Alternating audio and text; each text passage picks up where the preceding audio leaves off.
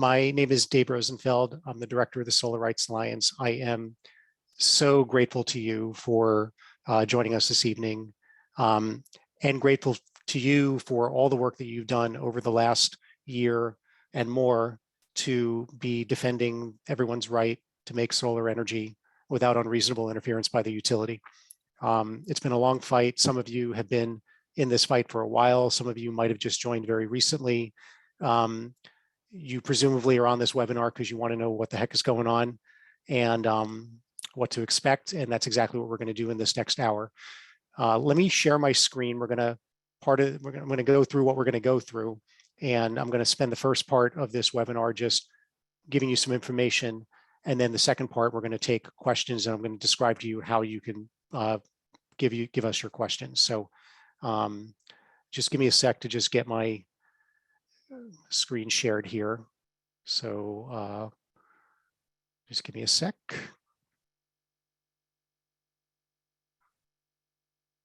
All right.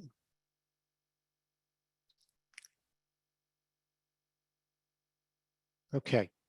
I have some volunteers who are helping, who are out there. And what I'm going to ask those volunteers is if one person could just text me and let me know that you can see my screen. And that'll mean that I know that everybody can see my screen. And so, but I'm not going to wait for that. I'm just going to really just get started here. So this is what we're going to do. I am going to make a presentation. I'm going to talk about where things stand. Inherent in where we stand, I'm going to go through a rebuttal of what the utilities are claiming about rooftop solar. And then I'm going to go through a game plan of everything that we meaning you and everybody are going to need to do if the CPUC's revised proposal is bad for solar. And then I'm going to stop this screen share. We'll go back and then we'll take questions. If you have questions, some of you are already doing that. There is a Q&A button down below your screen. If you just mouse over, if you could just move your mouse, you'll see a Q&A button, and just throw your questions in there. And I'll just go through them. I may not be able to get to every question, but I'll take note of all the questions. And we're recording this webinar, and I'm going to email everyone who registered with links with more background information. I'll take note of some unanswered questions and try to, figure out a way to address those. So either way, we'll get your questions answered, and we'll definitely have a recording here. So use that Q&A button. And for those of you who are familiar with Zoom, there is no chat feature here. We're just keeping this as straightforward as we can. Okay, so again, thank you for being here, and let's get into it. So first, just a word about the Solar Rights Alliance. You might be wondering, okay, who is the Solar Rights Alliance? So we are the California's nonprofit association of California solar users. We believe you have the right to make energy from the sun without unreasonable interference by the utility. We keep track of what the politicians and the regulators and the utilities are up to, and then we alert you when there's a threat to your solar investment or an opportunity to expand solar for more people. We're basically about 100,000 people on our list who we're regularly talking to, including you. We are a volunteer-driven organization. I am the one and only paid staff person, and then everything else is really volunteers and people just doing what they can. And it's amazing how effective that's been. Our board of directors is made as solar users, much like probably you are. This is the list. I'm not going to play these videos, but my point of including this is to invite you to go to the Solar Rights Alliance website. And we got a lot of videos up there that's both information, but also you can get a window into just who we are, who are the people, why we do the work we do, why we're involved and all that kind of thing. I'm a firm believer in people power, and I'm a big believer that many hands make work light, and that we don't need to be experts or political professionals or any of that kind of thing. I really believe the voice of the everyday person is important, and it's ignored in the halls of power. And I really think that the everyday person can have a voice, but we have to do it together. All right, so where we are today. Here's where we are. Let's maybe just start with the big picture here. The utilities have a long history of opposition to rooftop solar. And over the years, their story has changed about why they're opposed to rooftop solar. But the bottom line, this is the thing I'm, going to just be clear about, it's about protecting profits. So back in the year 2000, when many of us were just starting to get the Million Solar Roofs initiative in place, which was the whole thing that got solar to where it is today. Back in the year 2000, this is over 20 years ago, most people didn't have solar. There was very little rooftop solar in the state. If you wanted it, you had to be quite wealthy or quite technical or really, really, really committed.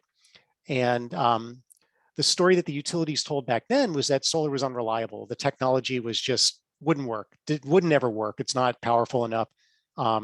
And so they just dismissed it. And that was what their lobbyists were saying. Then in 2005, as everything was getting momentum and the public was saying, we want this solar, this seems like really great. And Governor Schwarzenegger picked this up and said, yeah, I want this too. I want to get this in the hands of people. The utilities started saying, oh, yeah, it works, but it's too expensive. It's not cost effective. It costs $1 jillion to put on. It doesn't generate enough electricity. Don't do it. Fast forward then to 2013, the price of solar plummeted. The Million Solar Roofs initiative has been really successful. Now lots and lots of people are getting solar. Around 2013, we were at about 500,000 solar rooftops. Then the utility changed their story again and said, oh my God, all this solar, it's causing a death spiral. We're going to go out of business. Nobody's buying energy from us. We need to stop solar. So that's what they were doing in 2013.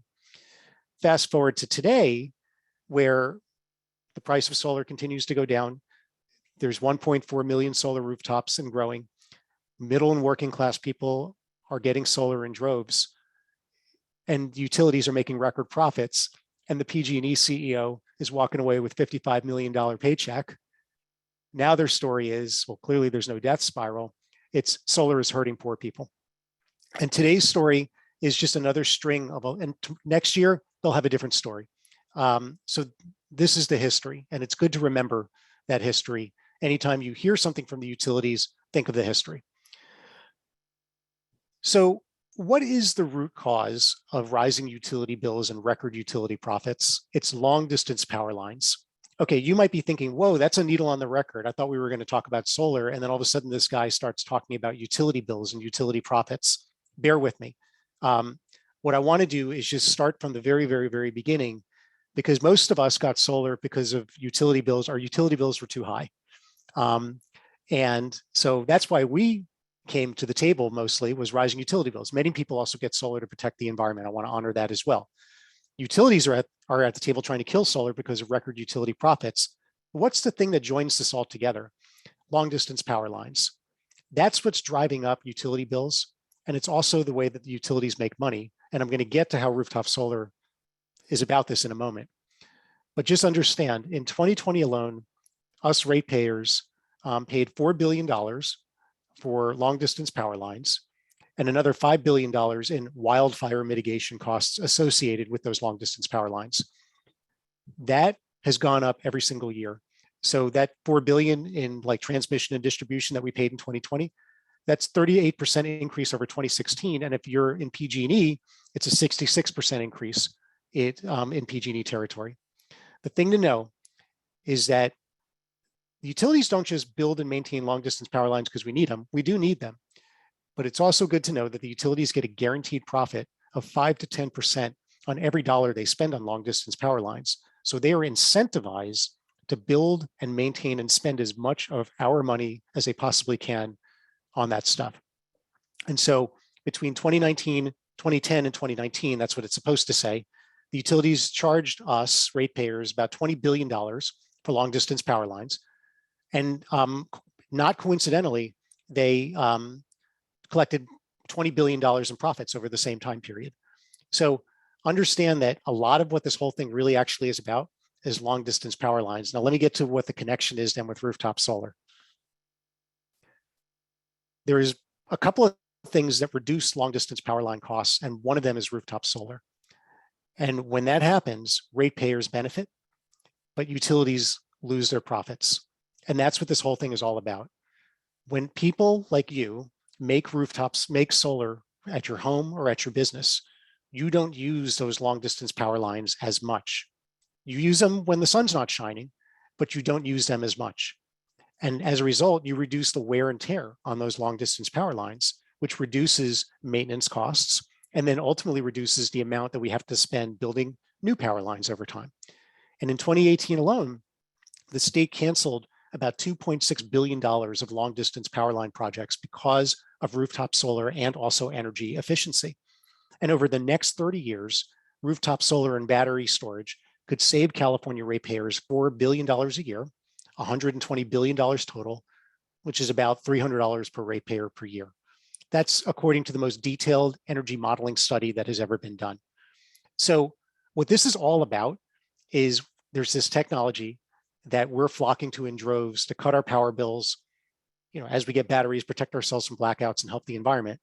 It's good for everything, but it cuts into the utilities gravy train and they need to stop it. And they need to come up with anything they possibly can to stop it. And so they're going after rooftop solar, and that's what the root cause of this whole thing is. Understanding this is the way to then be able to rebut a lot of the garbage that the utilities are putting out there about rooftop solar, which is why I wanted to start with this. So the utilities' goal is to slow down or stop the growth of rooftop solar and battery storage by making it too expensive for most people. And that's the objective.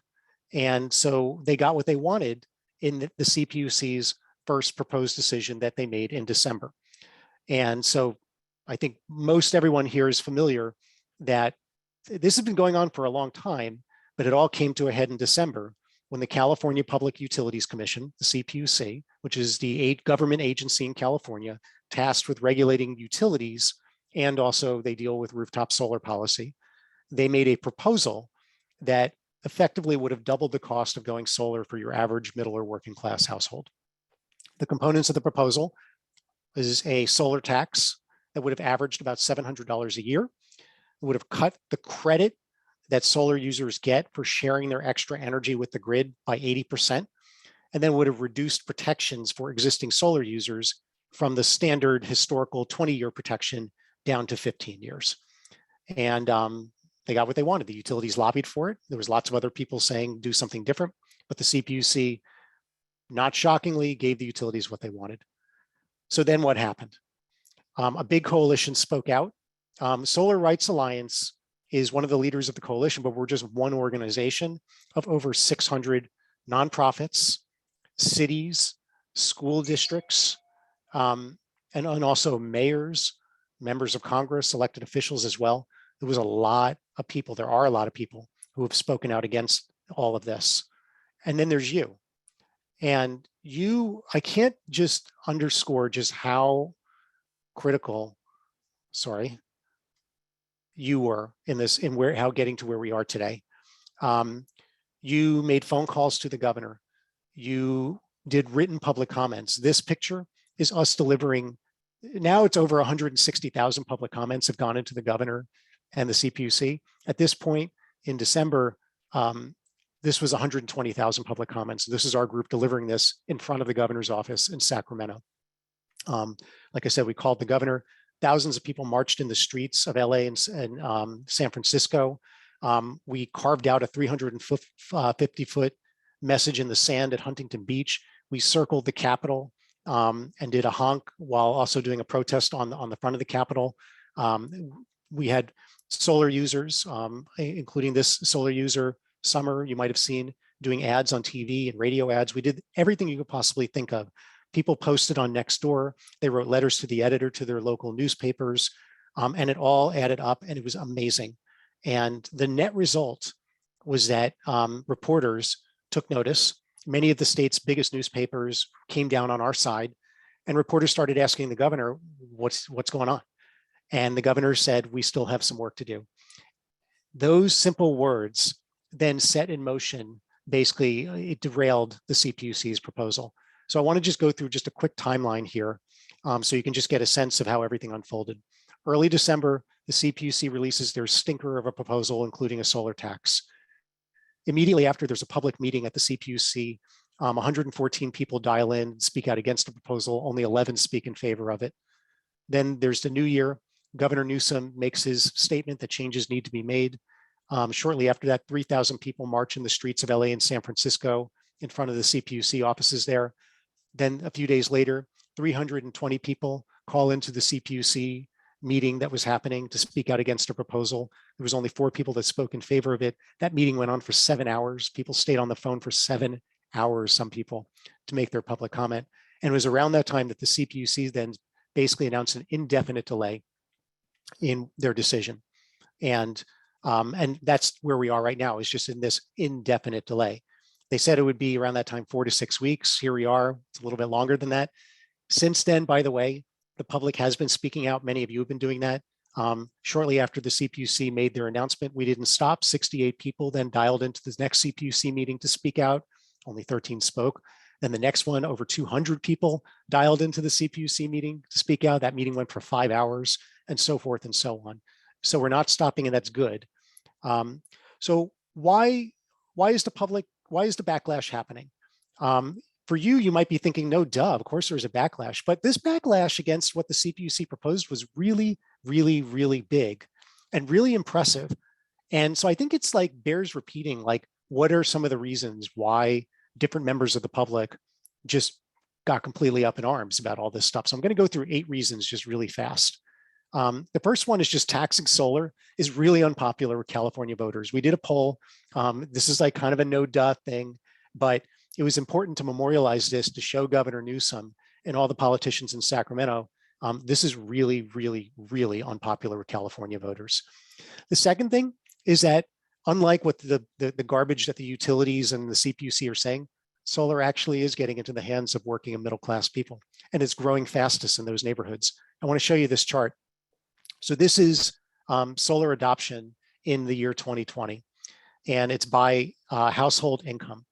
And you can see that the solar is growing fastest in this band of people who make households that make between 50 and 100,000 a year, which is what you would call like a middle-class household. This is the second biggest, is between 100 to 150, so upper middle class. So, but generally, if you kind of look at these 3 bands between 50,000 and 150,000, that's where the growth is happening. And every single year, we're seeing this getting bigger, and this part, the wealthier people, is getting smaller. Let me show you something else. Notice how the percentage of solar adopters as overall of households making under $50,000 a year is very similar to households making over $250,000 a year. And the previous year in 2019, it was actually, this was a little more and this was a little less. The point is that it's at parity. And that's really, really big. The trend line is what matters. And more middle and working class people, as the price goes down, are adopting the solar. This chart over here, if you just follow my mouse, tells a similar story. This is rooftop solar adoptions per capita. And the top 15 counties in California for rooftop solar adoptions per capita, you can see, are all generally in the Central Valley or Northern California. And these are also the lower income counties. And so again, you can, anyone that lives in Fresno or Madera, and you drive through and you see like just very everyday homes have the solar. And so again, it's sort of a no duh thing, but in the little Sacramento bubble, it's amazing how much they've convinced themselves that the only people that have solar are rich people. It's as if we're back in like the year 2000 again. Number 3, rooftop solar supports good jobs and small businesses. There's almost 70,000 people employed in the rooftop solar industry. It's a good paying job, multiple career paths. A big study found that if we just keep rooftop solar growing, by 2050, there'll be over 400,000 of these almost 400,000 of these kinds of jobs. And the other fun fact is that most rooftop solar installations are done by a small or a medium-sized business. There are some of the big solar companies like Tesla or Sunrun, and they do a lot of business too. But most of the solar market is actually made up of about 500 local family-owned businesses. It's a really unique feature of California's market. And so that's another reason why a lot of people are speaking out. Another reason is that there's only one way out of the blackouts. The blackouts are going to be happening every year, and it's solar with batteries. And this is a New York Times piece in 2020. If you remember, in August of 2020, if you remember that massive blackout that happened mid-August, the state was completely flattened because they didn't prepare. And they called up the solar industry and said, can you get your customers who have solar and batteries to basically discharge a portion of their batteries into the grid, because we just need more juice. And solar companies went and called their customers, and a lot of people did. And that actually really helped the state over the 2 days where the problem was the worst. We have been saying for a really, really long time, you should have a program to incentivize people to get solar and batteries, so that then we can help all the time and not just scramble. But of course, utilities don't really actually want that unless they actually need it. And so we're not in that place yet, but that's obviously a big part of what we're trying to do. So that's another reason. Another reason is because California needs a lot more rooftop solar to meet its big old clean energy goals. And so the state, whether you like it or not, is basically saying we want to get to 100% renewable energy by 2045 and get rid of all fossil fuels, right? That's their plan. To do that, we would need solar, and they're going to get it through wind, and they're going to do it through geothermal, and they're going to get a lot of it from solar. The solar portion of it all, in order for this to work, the state itself estimates that the pace, of adoption is going to have to basically go at this rate, right? This is the rate if you follow my mouse. But right now, it's only going at this rate. The blue is solar farms, and the yellow is you, rooftop solar. And this is the current pace. So we need to pick it up. And what happens if we basically cut this off, completely kill it so that there's no more growth? They're not going to be able to do it with solar farms alone.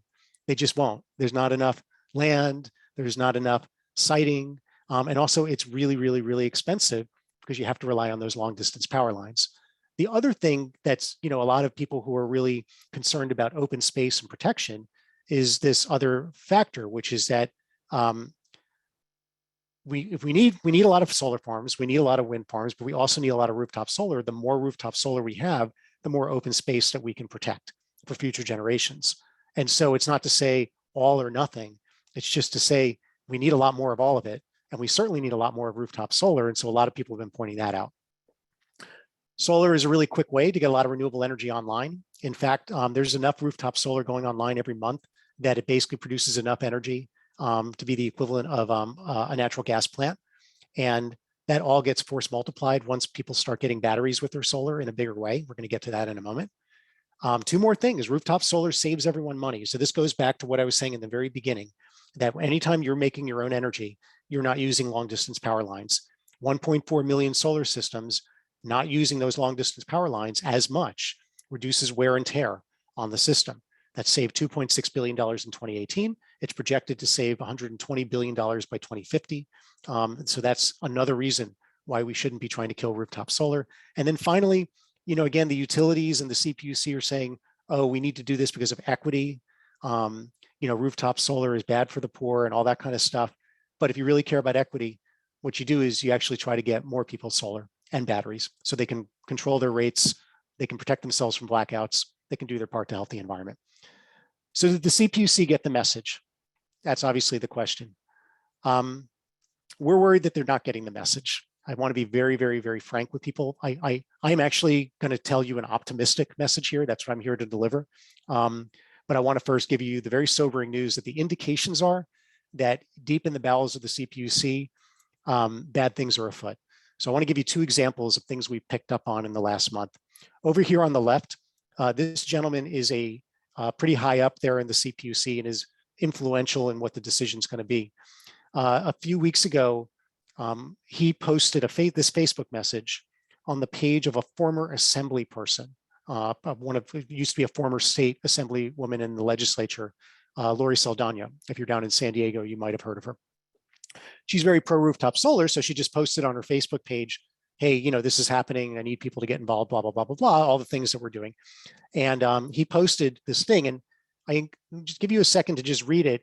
But the biggest thing that you can take away from this is this is long after the CPUC officially threw its $700 a month solar tax in the garbage. And then this gentleman, who is influential in the decision, is basically defending that original decision that officially is supposed to be off the table. He repeats a lot of the utility misinformation, like rooftop solar is harming the poor, that the only people that have solar are rich people. He repeats this thing that rooftop solar is somehow bad for helping the state meet its clean energy goals.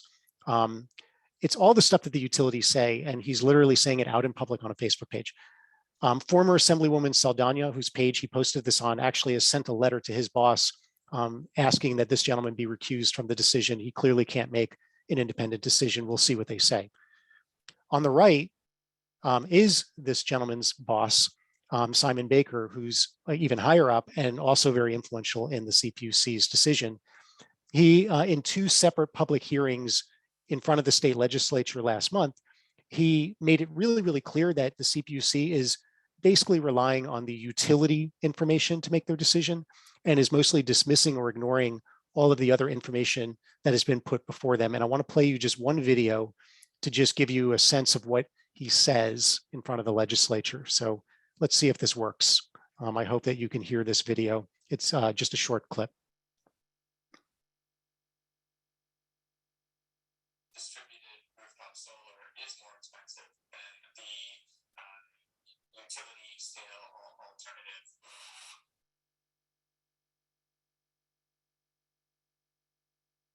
And so to the extent that there is a cost differential there, there's a subsidy there. And so then how do we wind that down? Okay, so you may not have caught all of it. Part of what I'm going to be sending out is a link to this video, and we have a few other things in the works. But the point is, he says in front of a bunch of powerful lawmakers, it's a fact that all the solar farms and the wind farms, which is what utility scale energy is cheaper than rooftop solar. And that's not a fact. It's only a fact if that energy magically just kind of comes into the towns and cities without long distance power lines. But of course it does, but somehow they just ignore all of that stuff. And this is at the very highest levels of the CPUC. And they're going in front of our lawmakers and repeating that as fact. And then lawmakers repeat it as fact. And then the Sacramento bubble just goes into their own world. And so that's what we're seeing. So I want to be really, really clear with people that that's what's happening. So then that's that. So then what do we think is going to come out of the CPUC? We think a bunch of things, but the thing that I want you to really be ready for is that they're going to try to bring the solar tax back. And they're going to try to be sneaky about it. So I want to just go through the three ways that the solar tax might come back. And so the first way is just they'll do the same proposal, but it'll be a little smaller, and they'll go, look how reasonable we are. We heard you. Legal experts that we're talking to agree a solar tax of any size is illegal. We will take them to court if we have to. Hopefully we don't. Arizona recently eliminated a solar tax, and just this evening, the Florida governor vetoed a solar tax bill that came to his desk. And taxes as a rule, they don't ever go down; they go up. Just to give you a sense of how even a smaller solar tax would be lethal to rooftop solar, Nevada basically did what we think is coming. They did a $480 a year solar tax. Remember, the CPUC proposed $700, so $480 is about half. They also proposed to slash the net metering credit by 80% and apply this both to new solar users and existing ones. It went into, this is the Nevada solar market before those changes went into effect. And then this is the month that the changes went into effect. The solar market collapsed, mass layoffs, people stopped getting solar. And then the backlash was very severe.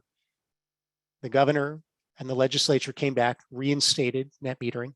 They actually passed a solar bill of rights to enshrine your right to make energy from the sun without unreasonable interference by the utility. We're trying to pass something similar here. And then the market started climbing back up. Notice that the damage to the market was severe enough that it's taken a long time for the market to get back to where it was, and it hasn't quite reached where it was back, when all this went down. But the point is that even a smaller solar tax can be lethal. So that's the first way that they might try to do it is, ask high, come down in the middle, try to seem like what great people they are. But let's not be fooled. So the second way they might bring back the solar tax is they'll put it in the fine print of a new rate plan that they're going to call an electrification plan. They're going to say, hey, we heard you, we're not going to do a solar tax. But what we are going to do is we're going to say that everyone who has solar has to go on this rate plan. Now you're thinking, what's a rate plan? Everyone's on a rate plan for the electricity you buy. It's like DTOU, da da da da da da. So with this one, they would say, if you have solar, you have to go on this rate plan, and they're going to call it an electrification rate plan. And in the fine print of that rate plan is going to be what they're going to call a fixed charge of between $12 and $16 a month. That's a solar tax, because the only people that are going to be on that rate plan are solar users. And the only people that are going to pay that are solar users. So that's a solar tax. That's the second way they might try to bring it back. The third, I think this is the most nefarious, is they're going to do a solar tax on the energy that you make and use at home. So when you have solar, when you make it and you're using it to power your fridge or what have you, you're not buying energy from the grid. Under this idea, the utility would calculate the energy that you didn't buy from the utility and then levy a tax on it. And they're not going to call it a tax, they'll call it non-bypassable charges. Our take is that's like taxing someone for the energy that they save from hang drying their clothing rather than running the electric dryer. And that's literally on the table. Like we know from meetings with people at the CPUC, they're going, oh, what about this? Maybe we'll do this. That's not a solar tax, is it?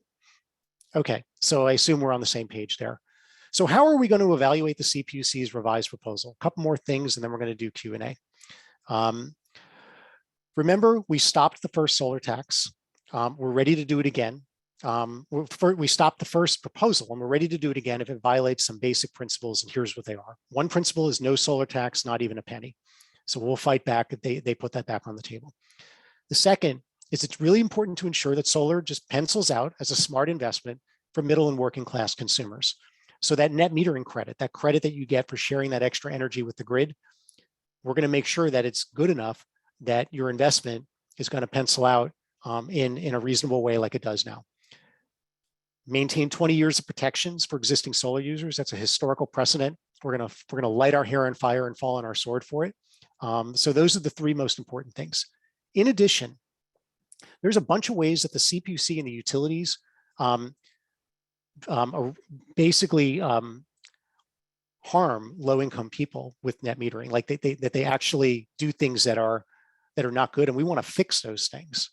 This is where like really they are talking out of both sides of their mouth. One of the things we want the CPUC to do is to remove the existing penalty on low-income solar users. Right now, if you're on the CARE program, discounted energy, your net metering credit, the credit for the extra energy you share with the grid, is actually discounted as well. You don't get as much.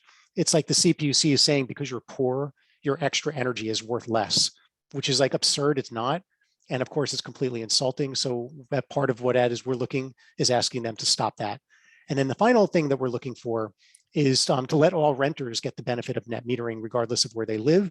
There is something called virtual net metering. I'm not going to get into it all here, but it's basically an accounting thing that lets a property owner, an owner of an apartment that puts in solar, to be able to have the benefits of that rooftop solar accrue to all the units in the building in a way that requires very little expense or paperwork or additional meters. And it's really important. And right now the CPUC only allows it in really, really, really poor neighborhoods, apartments in really poor neighborhoods.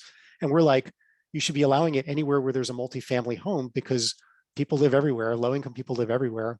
And we should be not only like basically determining whether renters can get the benefits of rooftop solar depending on where they live.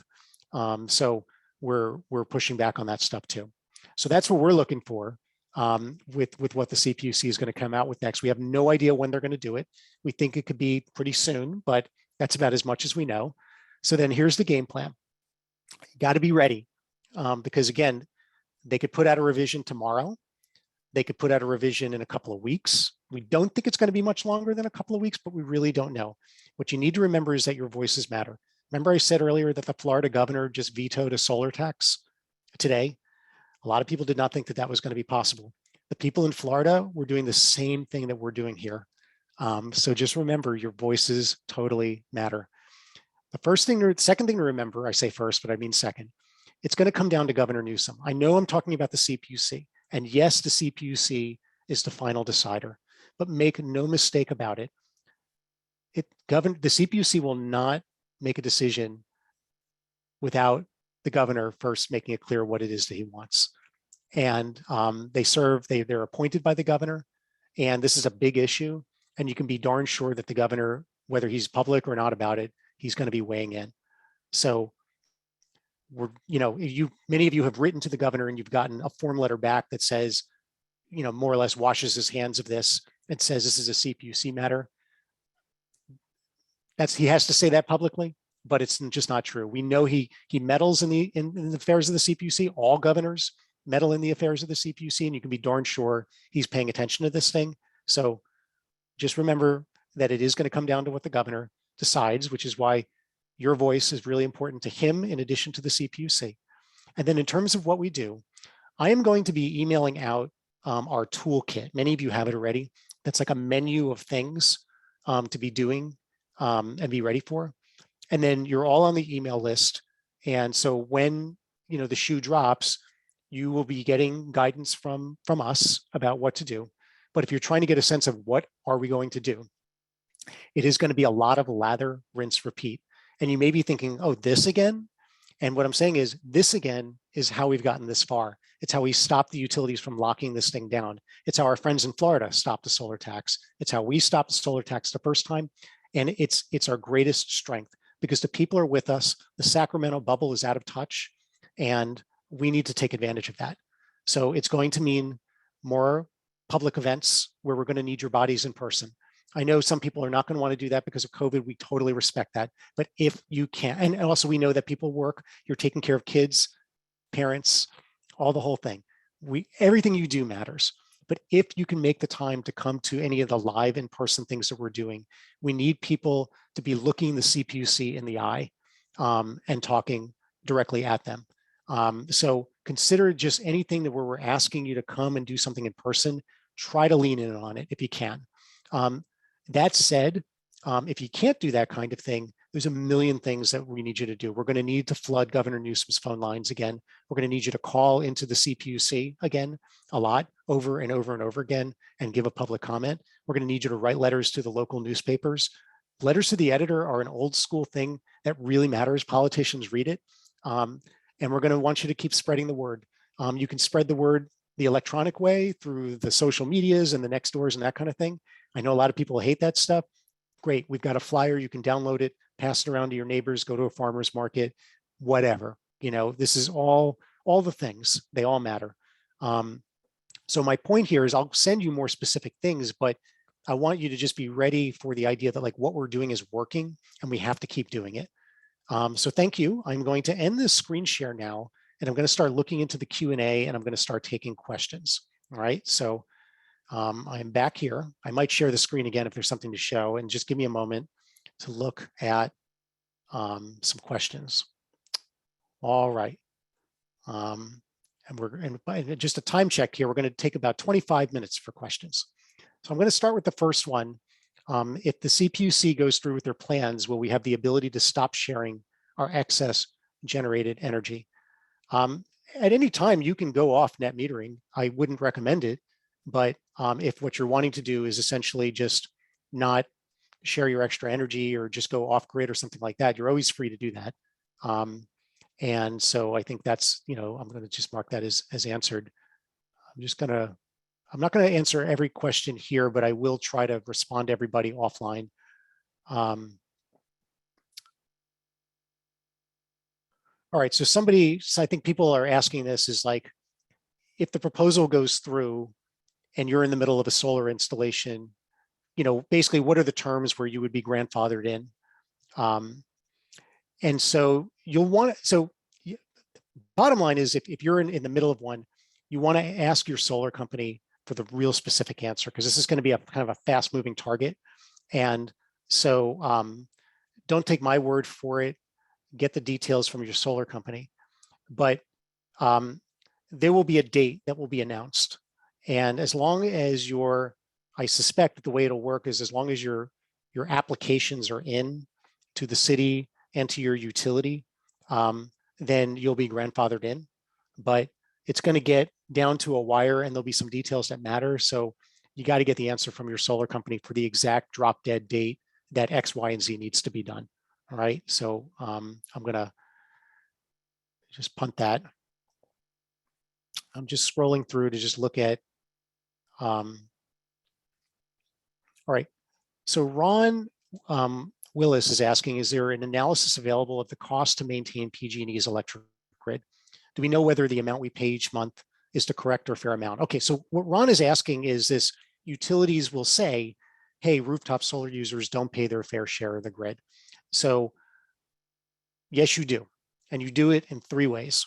One is, as Ron was mentioning, um, everyone pays a minimum bill, about like 10, 11, $12 a month, even if you didn't buy any electricity from the utility. That's to pay for all the things. Your extra solar energy, that credit you get for the extra solar energy, the utility deducts money from that to pay for public purpose programs and that kind of thing. So that's another way you pay. And then the third way you pay is if you don't have a battery, you're buying energy from the grid when the sun's not shining. And on average, solar users pay between $50 and $150 a month to buy electricity from the grid, and you pay for the grid through all of that. So you're definitely paying for the grid. And then, as I was mentioning, you also reduce the cost of the electrical grid by reducing the wear and tear on the power lines, and that causes real savings as well. So the utilities claim that you're sort of like a burden on the system, but the opposite is actually true. You're actually making the system lighter and cheaper as a result of both paying for the grid and also reducing the cost of it. So I hope that helps. All right. Reverend Ben David is asking, what if I simply refuse to pay this extra charge? I'm happy to dump PG&E and provide my own power. I mean, I love the spirit of that. I have no idea what happens if you just refuse to pay. And let's hope that we don't get to that point, and that we can actually fight to instill some sanity in the halls of our government. All right, just give me a moment, and I'm gonna just keep going through here. And by the way, I want to just kind of as an interlude say again, I'm going to email everyone that registered for this webinar with a recording, some links with more background information, and other ways to dig in. So you're going to get all that stuff as well. But let me just keep going through these questions here.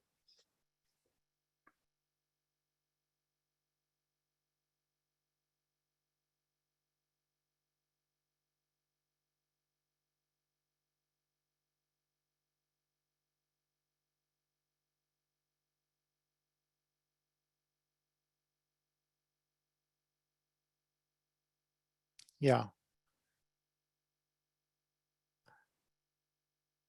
Let's see. These are all important questions, but I'm trying to look for ones that I think are like most common. So David Reinerson is asking, do we have updated numbers since 2018 for reduced long distance power lines? So we don't have so yes and no is the answer. So obviously 2018, just to recap, the state basically said, they canceled $2.6 billion worth of long distance power line projects. The agency that reported that out was the California Independent Systems Operator, or CAISO, and they do a report every year. Subsequent reports from CAISO haven't been as specific as that number. I have a theory about why, but I don't have any evidence of it. But in every subsequent report, they have said that there have been significant, what they call curtailments of long distance power line spending as a result of rooftop solar and energy efficiency. So their point basically is that we are causing either deferments or reduced spending from what is actually on the book. So that's kind of number one. Number two is the study that I've referenced that I'm also going to distribute, which is that the most detailed energy modeling that's been done with like a really hard look at everything projects out that the savings could be as much as $4 billion a year, really starting like next year, if we keep scaling up rooftop solar and battery storage. And then there's a great nonprofit organization in San Diego called the Protect Our Communities Foundation. And they have done a lot of technical work. And what they've done is looked at a couple of times in the last few years where the state has approved long distance power line spending. And they have shown that the state could have avoided that power line spending if they had simply decided to kind of take a fraction of the money that is being spent and invested that in more rooftop solar and battery storage in the area where those power lines would serve. And so I encourage you to check out Protect Our Communities Foundation. And in the follow-up information that I give, I'll include some links as well to some of the excellent work that they're doing there. So there's just a lot of evidence, is my point, about all of this that's out there. And the CPUC is just over and over again just dismissed it as not worth their consideration in any significant way. And so that's where we're at with them. And so anyway, let's go to the next. All right, Jody Emerson has a good question here about a lot of the community choice organizations that are popping up, like Clean Power Alliance, and basically kind of government-run agencies that are kind of buying clean energy, and then they can sell it to you and you can opt into them versus the utility. And are they good for rooftop solar? And the answer is it's kind of mixed. There's a couple of these community choice agencies, like the one in San Jose, that have spoken up very powerfully in favor of making rooftop solar, keeping it affordable. San Diego one also has done this, but the Central Coast Community Energy one, for example, is actually run by people that, as far as I can tell, they're really no different than PG&E. And so, I think the moral of the story is a monopoly is a monopoly, whether it's run by the government or run by a private company. And the citizens have to be very vigilant about monopolistic thinking in any kind of form if we're going to want to kind of keep this rooftop solar thing going. All right. I'm just going to keep scrolling down here. Thank you, guys. This is really great. Like, just great questions here. And again, I'm just looking for things that seem to kind of duplicate, so they indicate. All right, so Ron Dorbin is asking, is the solar tax only for new installations, or does it include everyone no matter when they install rooftop solar? So what this question is about is, I think people still might have a question about, like, am I going to be affected if I already have solar? And the answer is, that's what we're fighting to make sure, among the things we're fighting to make sure of. So the CPUC's proposal would have put a solar tax of $700 a year on average on everyone that gets solar going forward. And then it would have reduced the number of years that people who already have solar would be insulated from that solar tax. So instead of being protected for 20 years from the date that your system turned on, you would only be protected for 15 years before then you would have to suffer under the solar tax. And our bottom line is, of course, no solar tax on anybody, but also we've always said that you should be protected for 20 years from any kind of change in the net metering program. So we need to honor that because that's what you signed up for. So we'll see if the CPUC is listening on that score. So the answer is we just don't know. That's why we need to fight. Obviously, if grandfathering is maintained, I hope that those of you who still have solar still fight, because just on principle, and also at some point, your 20 years are going to be up, and you're fighting for that future, or your kid's future, your niece and nephew, or your neighbors, or what have you. All right. Alyssa Clark has a good question, which is, why does the CPUC, why are they supporting the utility point of view? Are they worried about that the utilities will go bankrupt? And do they buy the equity arguments posed by the utilities? I mean, there's no reason for them to be. I mean, the utilities are not going bankrupt. I mean, certainly Governor Newsom and his administration has worked very hard to make sure the PG&E does not go bankrupt. And in fact, their CEO just walked away with a $55 million paycheck last year. So certainly we are no threat to the utilities. And frankly, as the state has to get more and more of its energy from renewable sources, while everyone is being encouraged to buy electric cars and electric appliances, electricity use is going up, and rooftop solar is only a part of the picture of how we're going to basically make sure there's enough electricity for everybody. It's a really important part of it, but it's only one part of it. So the utilities still stand to make lots and lots of profit. The difference is that they're not going to control everything like the way they do now, and they want to control everything. That's what I think is going on. It's just literally they are as greedy as you think they are. And the CPUC is just so entrenched with the utilities. I mean, it is a culture that is just very, very cozy. I mean, I don't know how else to describe it. I'll give you an example. Is PG&E's lead lobbyist, the one that is lobbying on behalf of PG&E to the CPUC on this rooftop solar issue, is Carla Peterman. Carla Peterman was a CPUC commissioner just a few years ago. So there's a revolving door that goes on, and that's the most dramatic example, but there's less dramatic examples of that. Let me give you just one more example. I think, Alyssa, this is a really good question, is the CPUC has hired consulting companies and firms to do their research for them. The two major researching shops that they've hired, one is a company called E3. If you go to their client page, they have clients all around the country. Their clients include PG&E, SoCal Edison, and Sempra/SDG&E. So literally they're doing business with the utilities while also then giving the CPUC independent information. So that's one example. The other researcher that the CPUC has hired, and in fact, we know from a public records request that the CPUC has given these guys at least $1 million, is the Energy Institute at the Haas School of Berkeley, which is run by a gentleman named Severin Bornstein. You might have seen him out in the news. He has always been against rooftop solar. By the way, every forecast he's ever made about renewable energy over the last 15 years has been proven wrong, but nobody ever bothers to check.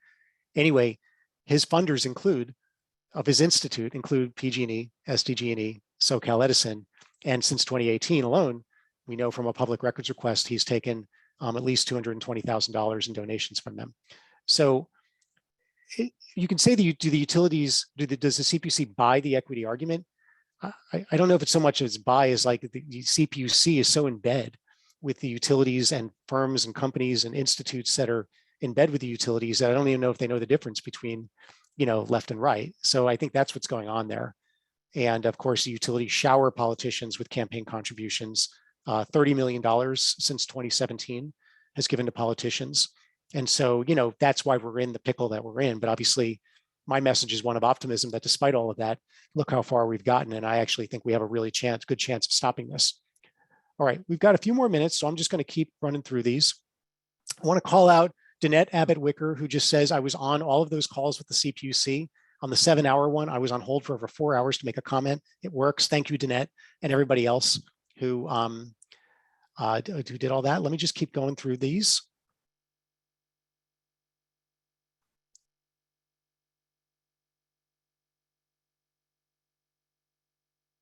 So I'm just going to say again, because I think a few people asked this, is just, am I going to send out links to the video and the presentation? Yes, I'm going to send a reporting out. I'm going to include links where you can kind of dig deeper and verify for yourself what I'm saying. So, and yes, anything I send out to you, you can share widely. I wouldn't send it out if it wasn't the case. All right, Marilyn Wax asks, I have solar but no batteries. Does anyone know how I can get batteries? No one in my area just does batteries. Email info@solarrights.org if you're having kind of a consumer issue, and we can see if we can try to help you. We're really busy right now.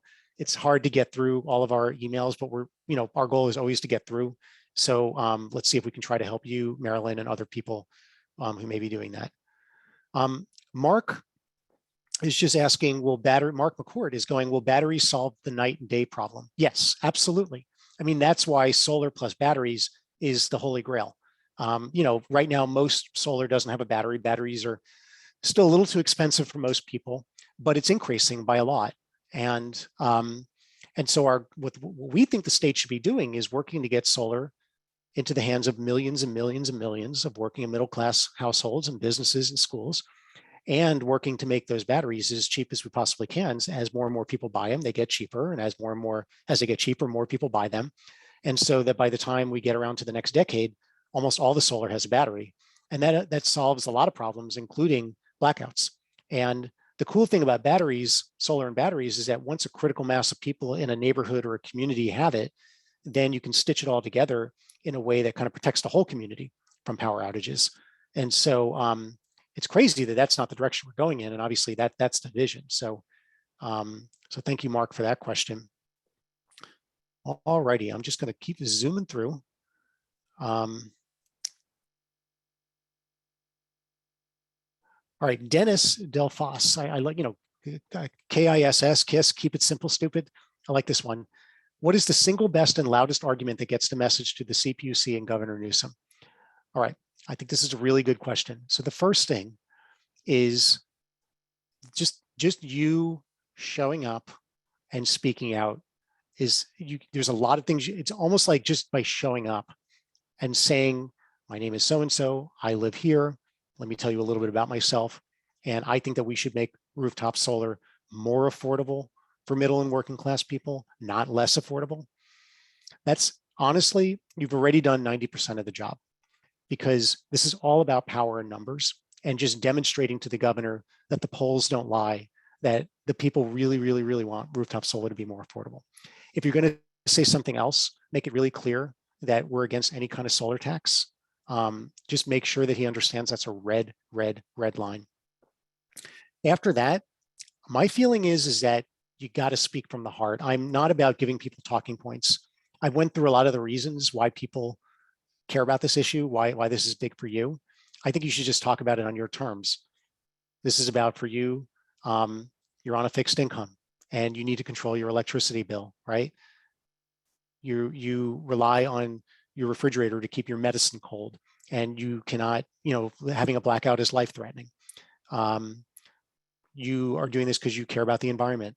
You're doing this because your kids have asthma. I mean, just whatever it is, it's your job. I think it's the basics, and then being very, very personal is the most important thing. And so in your letters to the editor, in your phone calls to the governor, in your testimony to the CPUC, anything that you're doing, I think those are the guidelines that I recommend in terms of the message, and you can't go wrong. The most important thing is to show up over and over and over and over again. All right. So I don't think I could be any more clear about that.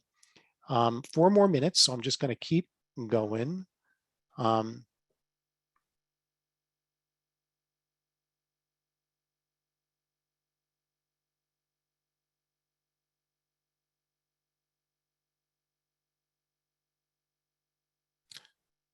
let's see. Michelle Boggs is just asking a question about the solar tax. If passed, will we be taxed on the number of panels? So this is what I was going through before, is they might tax you based on the size of the number of panels that you have. That's the original proposal. And they might come back and just do that exact thing, but just tax you a little bit less, which would still be a shanda, as we say in Yiddish. And then there's two other ways that they might try to sneak a solar tax in that wouldn't be on the number of panels you have. They might just try to slip it into a rate that then you're forced to go on. And then the third way they might do it is it might not be based on the number of panels you have, but it would be based on the amount of electricity that your panels make, and then that you use at home to power your fridge and all those other kinds of things. It's a subtle difference, but it's basically the same, which is just penalizing you for putting solar panels on your roof, and making energy and not buying it from the utility. So what I'm trying to give you is sort of some of the different mechanisms they might do, but just try to kind of show you how, and hopefully you agree, it's a solar tax. All right, 2 more minutes.